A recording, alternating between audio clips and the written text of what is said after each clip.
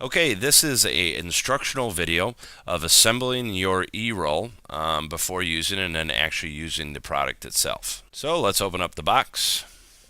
Here you have the warranty. Let's move that off. You'll have your PCC, your personal charging case. You have a partially assembled full eCig, eROLL eCig. Put that off to the side right there. You have your eROLL user manual, which hopefully you really won't need after watching this video.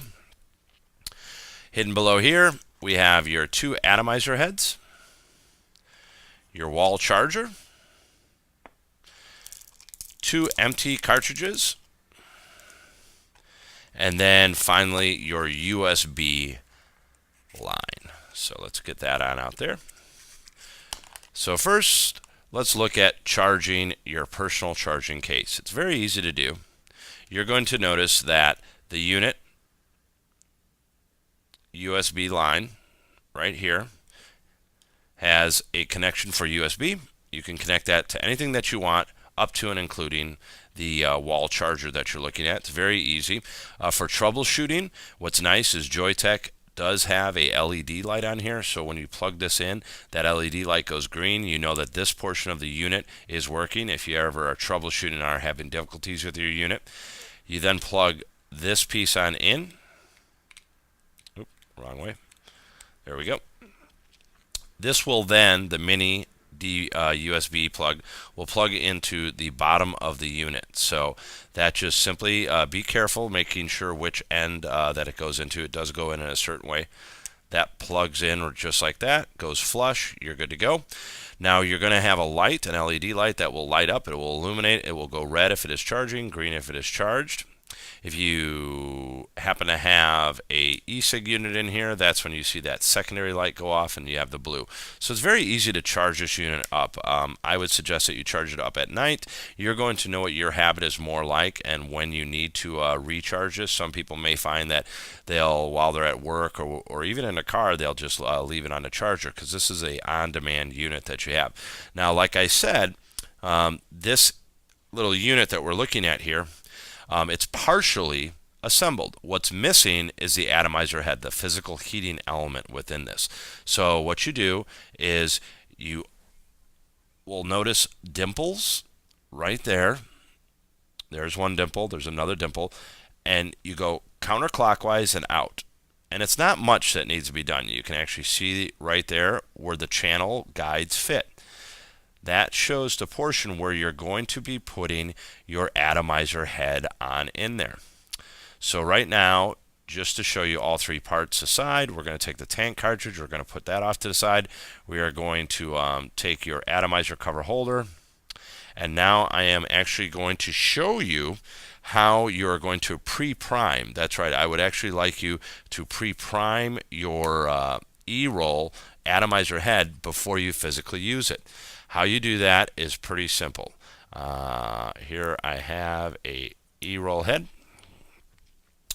Now, when you pop this out, technically as per the directions, you can just put this right into the battery and you're good to go. I do not recommend this.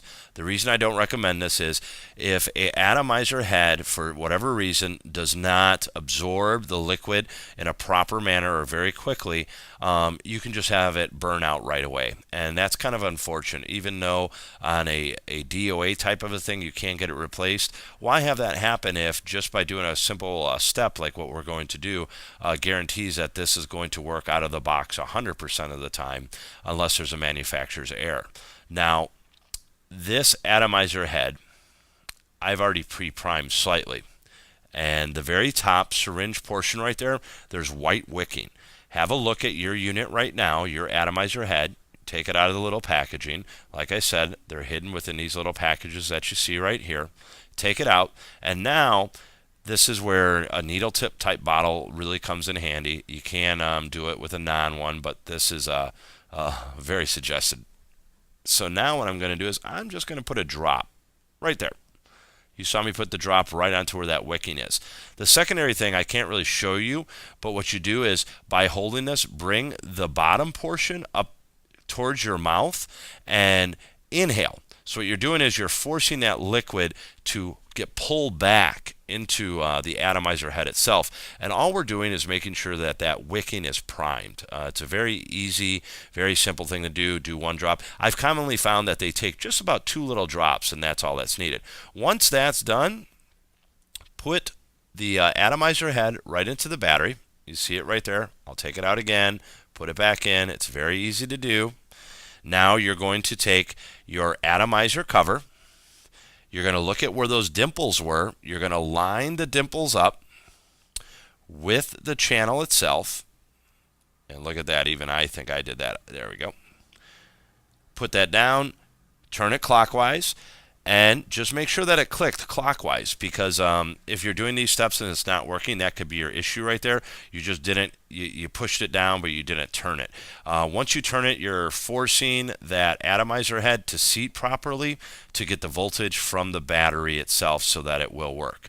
Your last step, which is pretty easy, again, this is where that needle tip is going to come into play, which is very useful. As per Joyetech, you can just pop off this lid and it will expose the entire thing, and you can fill it up however different way with a drip or whatever you want to do. However, I've commonly found that they can crack, they can break, whatever it might be there.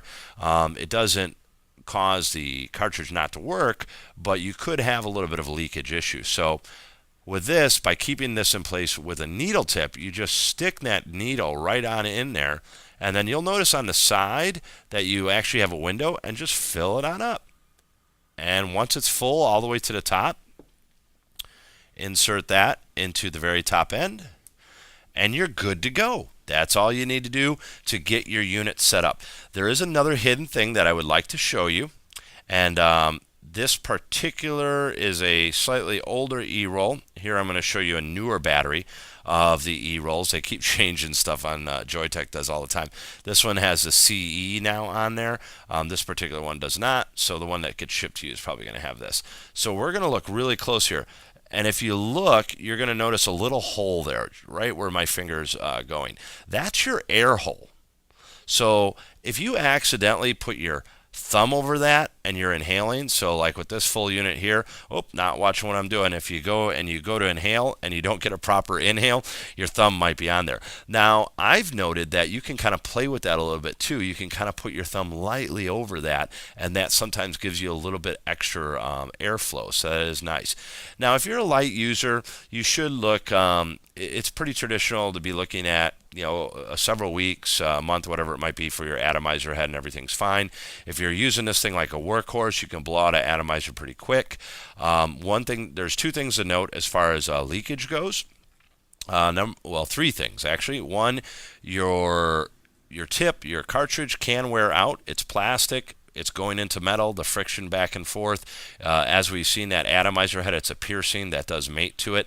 Over time, plastic, just starts to expand. So you can get a little bit of leakage that way. The secondary thing is make sure never to let your cartridge go below 10%. Okay? You let it go below 10% or dry. Well, actually 10%, it's just going to let the liquid out. And that's because the liquid kind of holds itself in place under the weight of the liquid. And once you're under that 10%, as moving it around very quickly, you can kind of let that air into it, and all the liquid will flow out of there. So make sure to keep an eye on that. Also, another thing is when you're using your eROLL, sometimes you're going to notice what appears to be a little bit of like condensation or liquid that's trapped up in there. It's actually from your breath. It's from your mouth. It's the heat, and it is condensation. So that's never an issue to be worrying about. Some people do commonly see that. Now, like I said, we had the 2 issues that I was talking about.